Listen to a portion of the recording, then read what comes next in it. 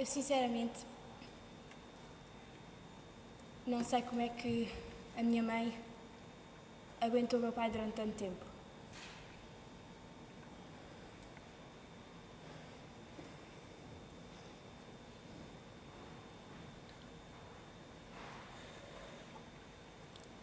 Eu cresci numa vila no centro do país.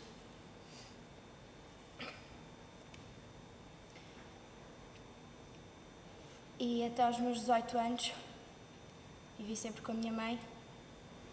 E este ano mudei-me para Lisboa para prosseguir os meus estudos e fazer a minha licenciatura.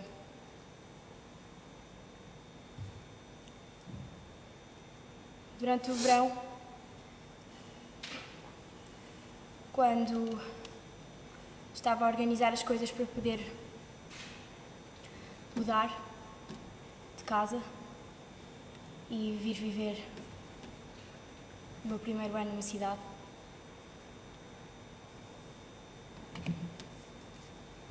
após fazer 18 anos, fui abrir uma conta no banco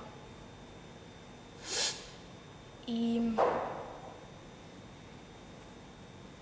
quando cheguei lá percebi que logo após eu ter nascido o meu avô tinha feito uma conta no banco e depositava lá dinheiro.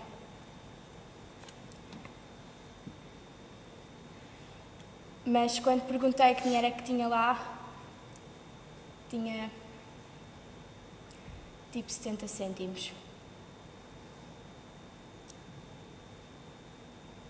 Pelo que eu vi, pelo que me disseram lá, tinha sido o meu pai a tirar-me todo esse dinheiro que o meu avô ia pondo mês a mês.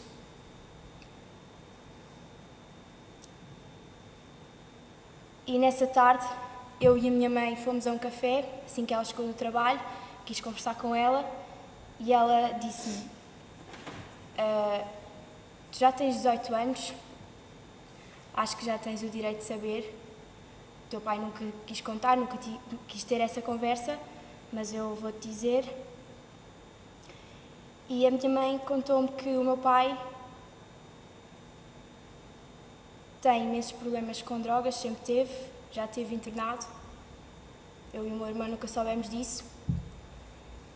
E que ele se enterra em dívidas até à ponta dos cabelos.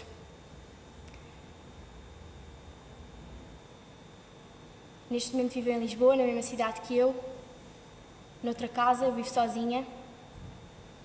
Ele nunca me liga, nunca me perguntou se eu queria ir almoçar com ele ou jantar com ele.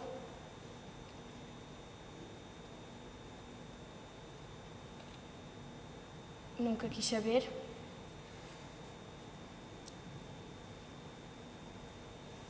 E o mais engraçado é que agora está a chegar o dia do pai todos os dias, todos os anos, que no dia 19 de março, ele manda-me sempre uma mensagem a dizer assim: esqueceste, hoje era o dia do pai.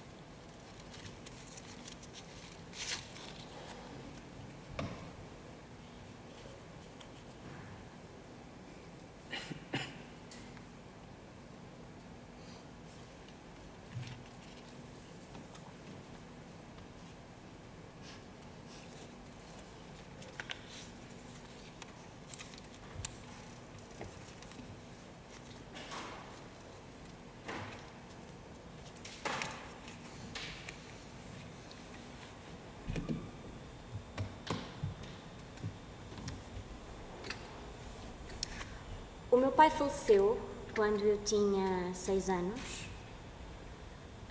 Morreu afogado. E eu lembro-me perfeitamente dele, lembro-me de alguns momentos, mas fui basicamente criada com a minha mãe e com a minha prima e com a minha tia. A minha mãe teve-me relativamente cedo, por isso os meus pais também se separaram cedo, por isso eu vivia com a minha tia, com a minha prima e com a minha mãe. Eu fui criada por mulheres. Nunca tive uma fase da minha vida, mas acho que uma fase assim mais importante no desenlaçar da personalidade de alguém, eu não tive aquela imagem masculina. A minha mãe é super jovem e eu às vezes sinto que eu é que sou a mãe dela, na medida em que eu é que a chamo a atenção de certas coisas, em que parece que eu é que a educo, porque a minha mãe é desesperadamente infantil. Eu vejo isso e eu sinto que eu tenho uma maturidade que ela ainda não atingiu. A minha mãe, por norma, gosta de homens mais novos, na casa dos 20 e tais, e ela já saiu com alguns amigos meus. E eu acho que isso... Eu acho mesmo que isso é derivado à sua personalidade ainda infantil. E como eu sou mais madura, eu acho que é inevitável eu atrair-me por homens mais velhos. Neste caso, a idade do meu pai. Se o meu pai tivesse vir. Eu não sinto mesmo que quando tento educar a minha mãe tenha feito coisas que ela tenha feito quando ela me tentou educar quando eu era mais nova. Até porque ela nem estava sempre muito presente. Ela começou logo a trabalhar e tudo mais, eu ficava mais com a minha tia, que era uma espécie de avó. E a minha mãe super nova, e sinto que ela ainda é mesmo nova, é uma miúda. Minha mãe é uma miúda e eu não retenho assim nada que ela me tenha realmente educado. Não me lembro mesmo. Lembro-me mais de eu educá-la e dizer, mas tu não vais fazer isso. Ainda há pouco tempo ela estava a falar comigo, porque ela agora mora na Irlanda, foi lá de férias e gostou e ficou. E não percebi. A minha mãe esteve de férias na Irlanda, gostou e ficou por lá. Ok. E então ela estava a falar comigo e conheci um rapaz no Tinder e ele tinha 20 e tais, 26. E depois começou-me a dizer, mas tu achas que eu devo assim com ele? E assim, mãe, mas tu sabes que ele só quer sexo, foi o que aconteceu na noite passada. Desculpa, ela assim, sim, mas passou algum tempo e parece mesmo que ele está interessado. E eu proibi-la virtualmente assim, mas tu não vais sair com ele porque tu vais sofrer.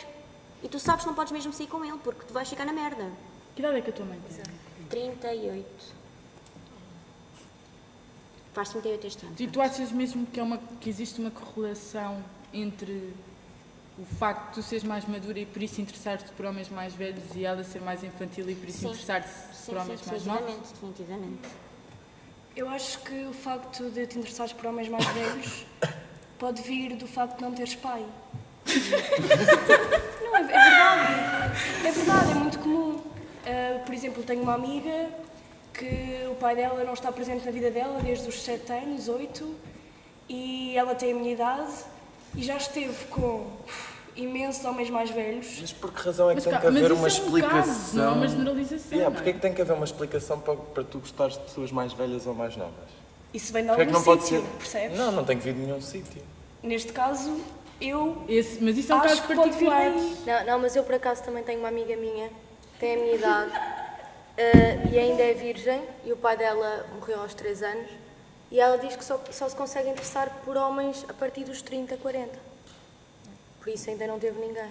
porque tem é como se tivessem, é como se aquela pessoa fosse a figura paterna dela. Pai, sinceramente, quando me envolvo com um homem mais velho, eu não penso que ele é o meu pai, não é? Tipo, Verdade. vem cá o papai, não. É isso. Eu não Mas sinto ele nada dá coisas que disso. tu se calhar nunca tiveste. Coisas mais... Pá, o que me atrai se calhar mais é tipo mais o charme do homem, o facto de ser mais independente e tudo mais, acho que... Mas é um bocado inevitável, eu não faço de propósito, eu não penso, eu vou gostar daquele homem porque ele é mais velho, acho que é uma coisa que acontece. Mas E quando eu dizem que por as mim já não crianças... gosto.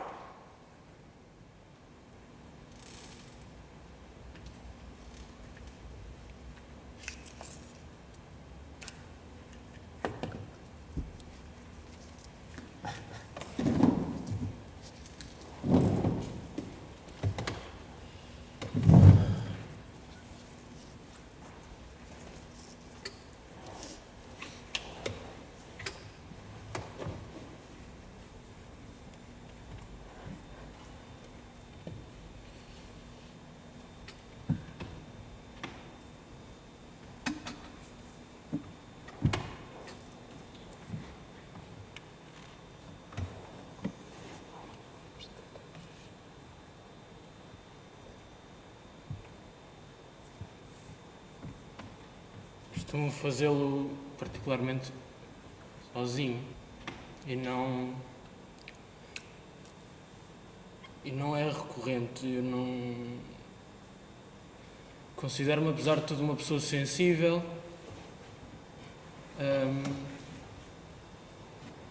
mas não choro muito. Aquilo que talvez me tenha dado mais motivos para o fazer foi a perda da figura masculina em casa. Apesar de nunca ter sido assim muito ligado ao meu pai, meu irmão nesse sentido era mais, até porque quando a crise bateu à porta de casa, nós tivemos de ir trabalhar para as obras com ele. E era rara a vez em que eu não fazia asneira. Entornei a massa toda que estava na betoneira e fugi para debaixo das saias da mãe, senão já estava a levar uma sapa.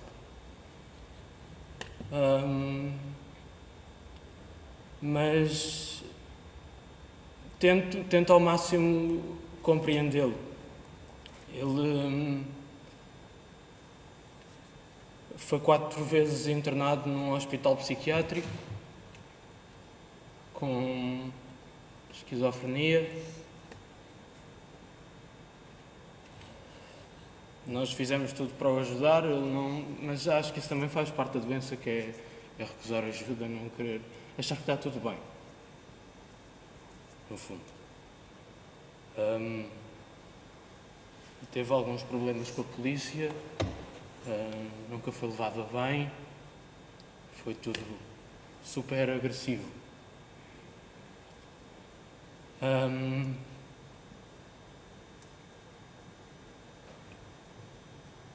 Eu tive com ele antes do Natal e foi talvez, apesar de ter gostado da presença, foi se calhar a maior desilusão que eu apanhei, porque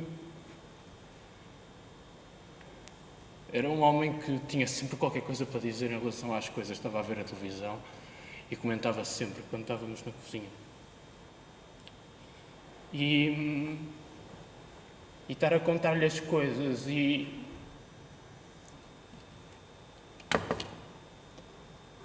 perceber que ele não reagia era um bocado como iliteracia. Nós estamos a ler qualquer coisa e não estamos a compreender, só estamos ali a olhar.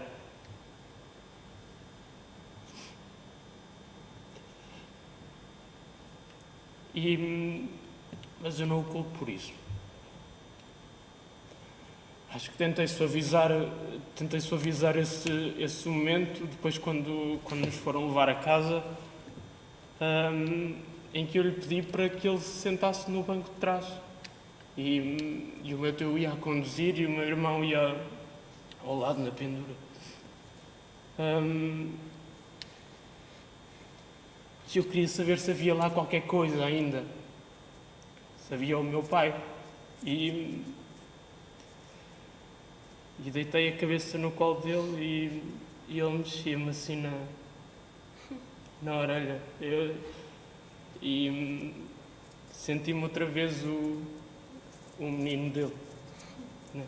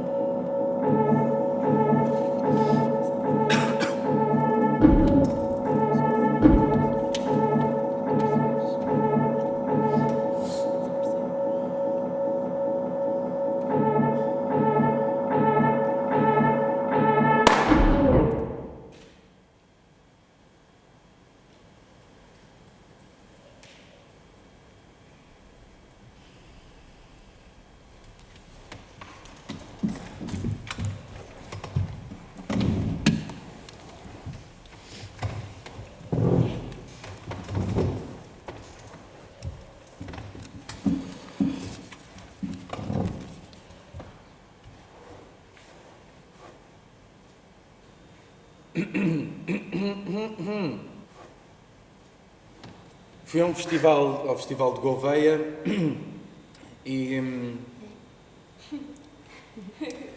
com 17 aninhos e um amigo meu ficou interessado num gajo que tinha conhecido numa noite, foi logo das primeiras noites. E disse-nos, olha, combinei com o grupo do gajo, não sei o quê, ajudem-me, que eu quero bué engatá-lo.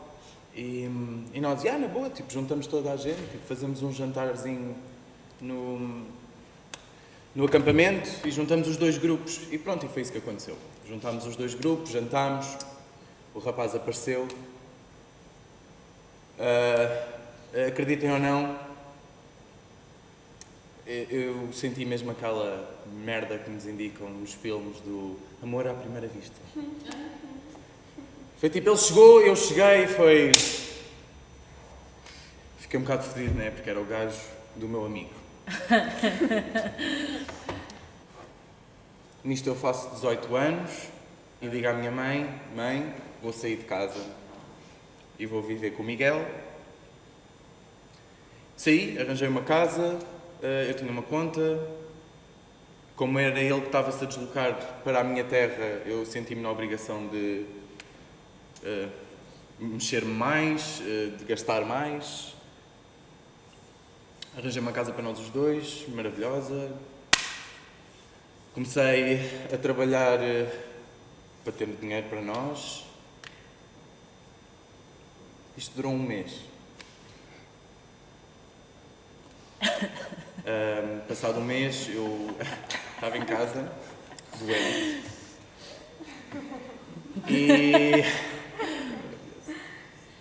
E ele chega do trabalho à 1h, abre a porta e diz-me: fizeste a merda do almoço? E a minha melhor amiga só olha para ele e diz: Miguel, estás parvo ou quê? Tipo, não vês que o rapaz está tipo doente? Ela tem-me a cagar que ele esteja doente. Tipo, eu só quero chegar a casa e ter a merda do almoço feito. Que abuso! E eu: mas qual é que é o teu problema? E ele só me diz: o meu problema és tu. E pronto, a partir daí gerou uma mega discussão, de qual eu não me lembro, a minha melhor amiga é que me contou. Eu virei gaja, pelo que ela diz, tipo, guinchos lá, tipo, 1000 decibéis acima da minha voz. Depois virei modo autista também, tipo, a fumar. Isto não me está a acontecer. Ele bateu-me. Ele bateu-te? Sim. Com amigdalites? Sim. Ele bateu-me e a única reação que eu Mas tive bateu-te como? foi de lhe mandar... Eu estava a fumar, não é? Com amigdalites?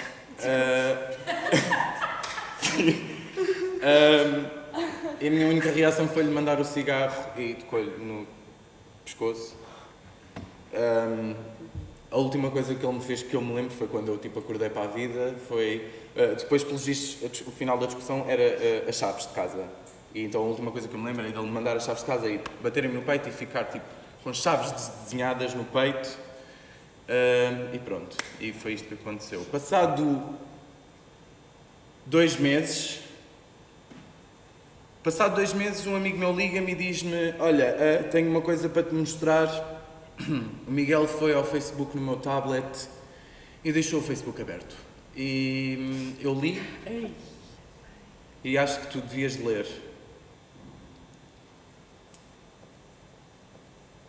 Eu li aquilo que queria, aquilo que não queria. Ele, desde o primeiro dia que nos conhecemos, que me traía.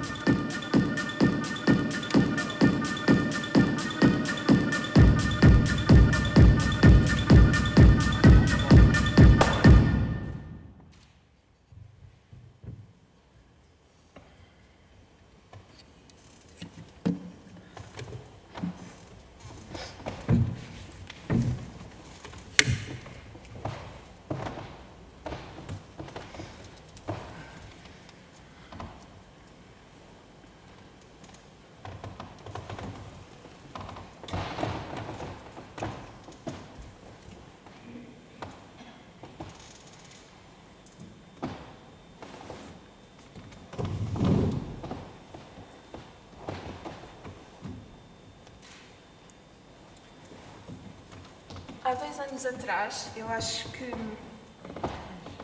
foi o pior ano assim que eu tive.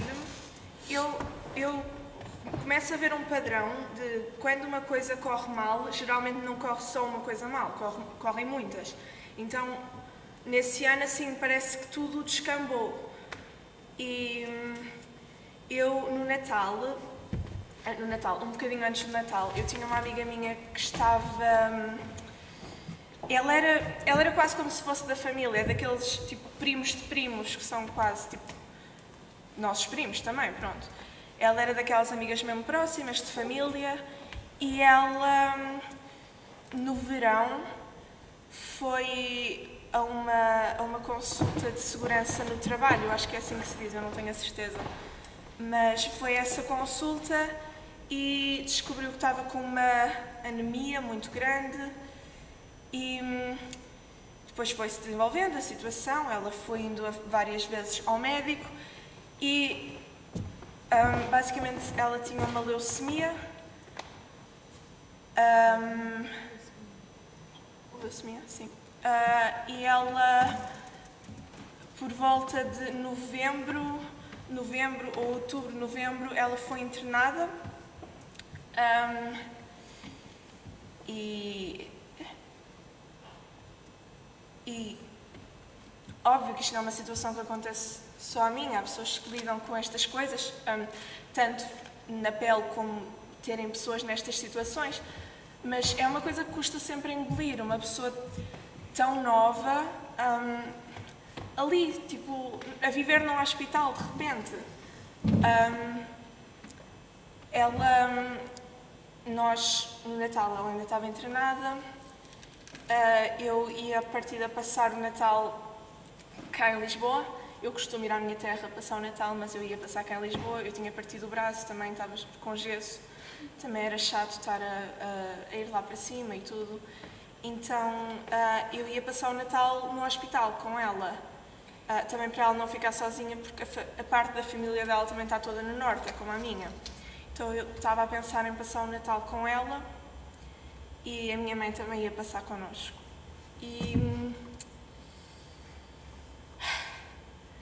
E uma semana antes do Natal, eu estava a tomar banho. É super difícil, tipo, tomar banho com gesso. É mesmo complicado, é tipo aquelas tenho que pôr um saco de plástico à volta do braço, tipo, abrir o chuveiro, aquilo está perro, e tipo, é tudo um processo muito complicado. E eu estava nesse processo e o telefone tocou e eu tipo, porra, tipo, porque tudo acontece quando eu estou no banho, sempre. Eu já estava super enervada para tentar abrir aquela merda, mas aquilo não abria. E pronto, eu atendi o telefone, eu não sei, eu acho que já tenho tipo um pressentimento quando vai acontecer merda e tipo, eu já atendi mesmo. Pronto, mas eu não estava à espera daquilo, eu não estava mesmo à espera daquilo e era do hospital a telefonarem e tipo a dizerem que ela tinha morrido na noite anterior. E eu acho que eu preciso me despedir das pessoas para encerrar alguma coisa e foi como se de repente não tive nada disso. Foi como se tipo, a pessoa estivesse lá e tivesse desaparecido, mas não sei, é uma coisa que me custou muito digerir, tipo, não foi uma despedida, não foi nada. Foi só uma pessoa que estava ali e já não estava, uma pessoa nova. E uma pessoa cheia de vida, tipo, para onde é que aquilo foi, sabem? Tipo, nós tínhamos combinado que no verão a seguir, que ela já ia estar boa.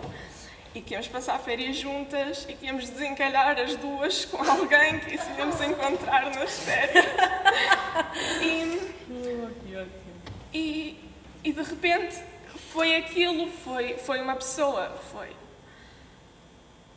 foi das primeiras vezes que me senti assim mesmo sozinha.